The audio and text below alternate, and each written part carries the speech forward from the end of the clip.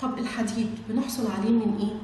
الحديد موجود في اللحوم الحمراء بالذات، السبانخ، الخضروات الورقية، خس، جرجير، بقدونس، الملوخية.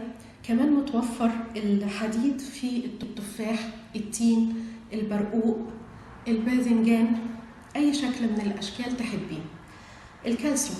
الكالسيوم بتحصلي عليه من اللبن، من الزبادي، من الحليب، من الجبن، من الأسماك، من البيض، من السمسم، معلقة زيت سمسم على سلطة خضراء، أو من الطحينة.